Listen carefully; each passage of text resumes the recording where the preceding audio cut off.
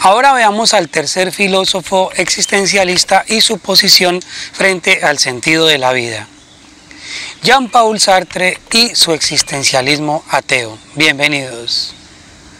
Jean-Paul Sartre nació en París, Francia, en el año 1905. Fue filósofo, escritor y dramaturgo. Se autoconsideraba existencialista y defendió también el materialismo humanista.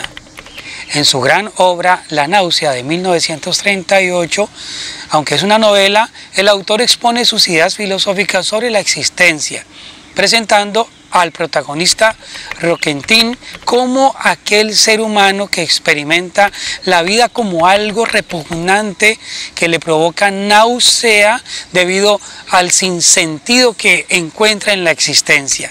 ¿Para qué existir? ¿Para qué vivir? Antoine Roquentin, el personaje treintañero de La náusea, descubre que existir es estar ahí, simplemente, que los existentes aparecen, se dejan encontrar, pero nunca es posible deducirlos. Todo es gratuito, ese jardín, esta ciudad, yo mismo. Todo lo que existe simplemente aparece.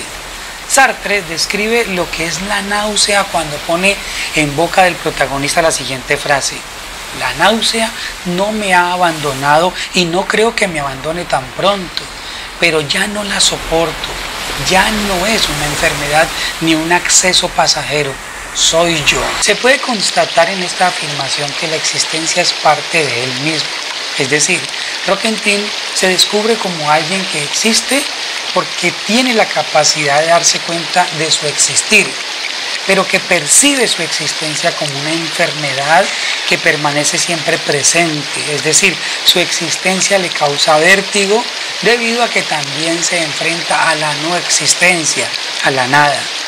Yo soy mi pensamiento, por eso no puedo detenerme, existo porque pienso y no puedo dejar de pensar. En este mismo momento sé que existo porque tengo en mi mente el horror de existir, me horroriza existir. El odio, el asco de existir son otras tantas maneras de hacerme existir, de hundirme en la existencia.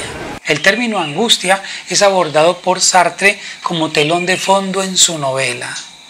Roquentin experimenta la angustia o la náusea porque la existencia lo coloca frente a la vida y a las decisiones que tiene que tomar para seguir vivo o viviendo. La angustia se experimenta en la persona cuando ésta debe darle sentido a su existencia, de modo que elegir provoca angustia. Más adelante en su libro El ser y la nada de 1943, Sartre retoma el problema que ya Heidegger había abordado. ¿Por qué existe el ser y no la nada? Y lo retoma diciendo que el ser es y no necesita de la nada para concebirse. Es justo aquí donde la situación se complica, porque entonces, ¿cómo puede el hombre concebir la nada teniendo en cuenta que la nada no puede concebirse por fuera del ser ni a partir del ser? Y si la nada, es decir, el no ser, no puede sacar de sí mismo la fuerza necesaria para nihilizarse, o mejor dicho, para hacer nada, ¿de dónde surge entonces la nada?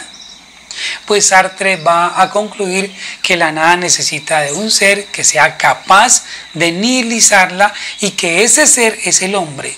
El hombre es el ser a través del cual la nada viene al mundo. Es aquí donde Sartre dice que hay dos tipos de ser, el ser en sí y el ser para sí. Veamos el primero, el ser en sí. Este ser en sí es algo diferente a la conciencia.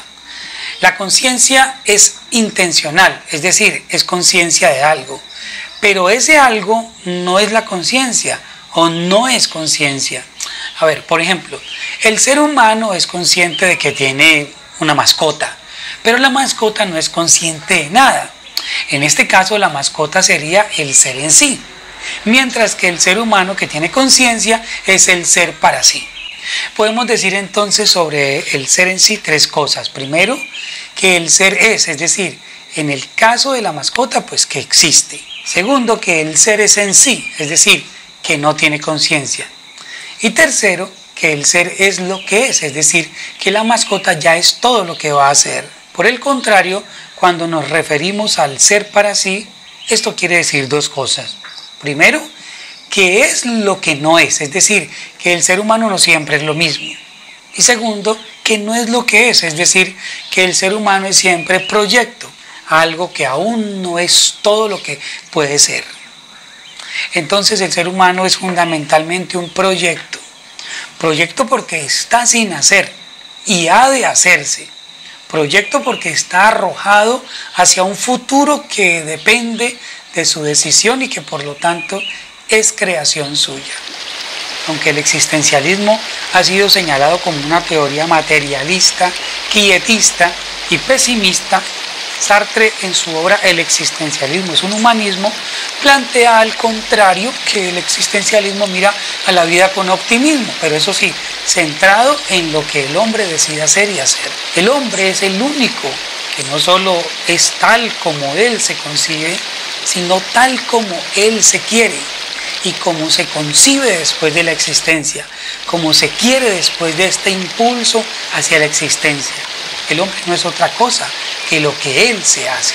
El ser humano es un proyecto que tiene que construirse permanentemente. Es el ser para sí, que no está acabado, que tiene que hacerse porque es responsable de su existencia y además porque es consciente de que existe. En este sentido, Sartre plantea que la existencia precede a la esencia y el tomar a cargo la propia existencia para nada es un planteamiento pesimista, al contrario, es una teoría optimista porque no considera la existencia un determinismo, sino que el ser humano puede buscar el sentido de su vida en el hacer de su existencia una respuesta al sinsentido.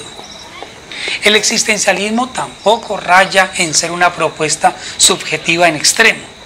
A ver, el existencialista funda su certeza en el cogito, en el pensamiento, pero a diferencia de Descartes, no propone fundamentar una subjetividad absoluta, sino que plantea que la verdad fundada en el cogito, en el pensamiento, le permite a la persona descubrirse a sí misma distinta de las cosas y descubrir al otro y los otros como personas. Por lo tanto, el existencialismo se convierte así en un humanismo que da una dignidad al hombre y no es un materialismo que lo convierte en un objeto, pues aunque resalta la existencia del sujeto individual, esa misma subjetividad no se entiende sino comprometido en la existencia de los otros. Gracias al yo pienso es como nos captamos a nosotros mismos frente al otro. Y el otro es tan cierto para nosotros como nosotros mismos.